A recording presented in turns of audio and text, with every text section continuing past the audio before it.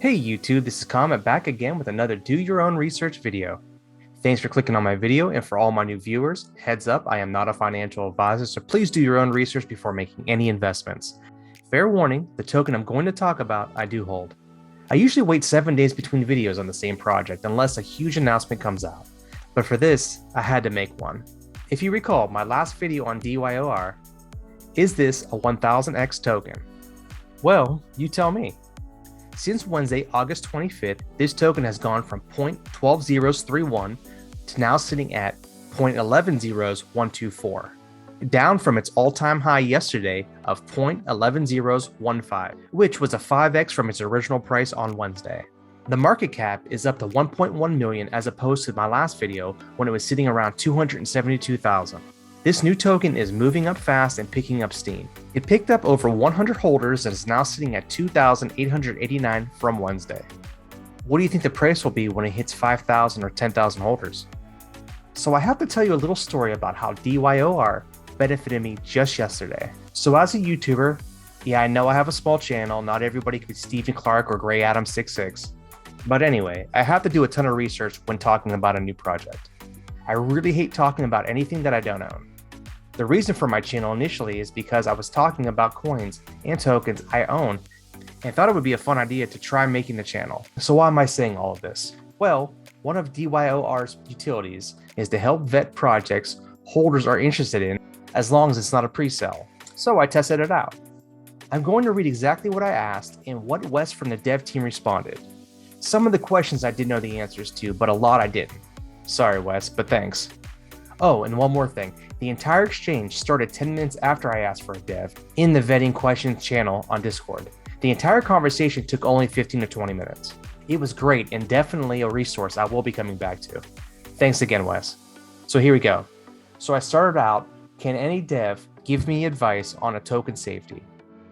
Wes, sure thing. Post the contract address and we will give you our 2 cents. So I posted the address. So the first thing I do if there is no website is Google the contract address. I was able to see they have strong search results. Found them listed on CoinSniper with a link to their website. They have a docs team, which is nice. First thing I do with a docs team is reverse image search to see if they are truly doxed or fake doxed.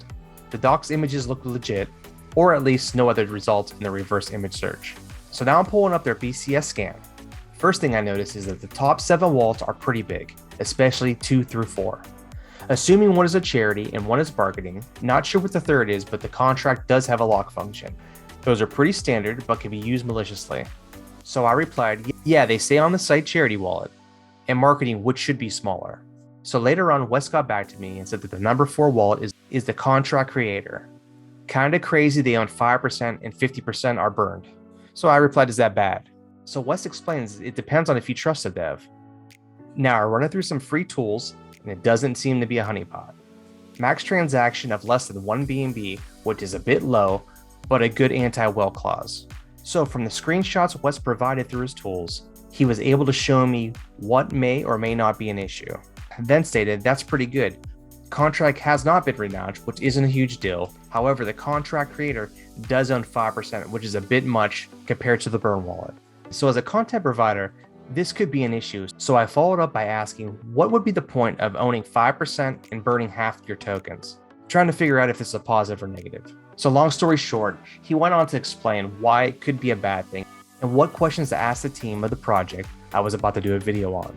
He made me aware of some things that looked suspicious and to avoid. Turns out I was able to use all the information as part of my research for the project.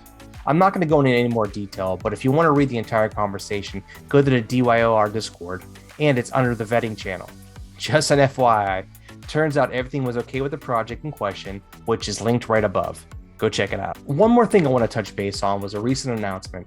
DYOR has a partnership with Rug Seekers. I would recommend you checking out the DYOR Media Network's coverage from yesterday's AMA with Rug Seekers. Head over there and say hi to Tom and check out over an hour's worth of information. The main thing to know about Rug Seekers is that they are very similar to DYOR by vetting projects. The most important thing DYOR holders should know is that 8% of all reflections are in DYOR tokens. I'll make sure to put their link in the description if you're curious to learn more about Rug Seekers. This is definitely something I'll be adding to my portfolio for sure. Again, not financial advice, and please do your own research. Okay, friends, that about wraps it up. I hope you enjoyed the video, and please don't forget to like, subscribe, and comment down below. Let me know what you think about the Do Your Own Research token so far.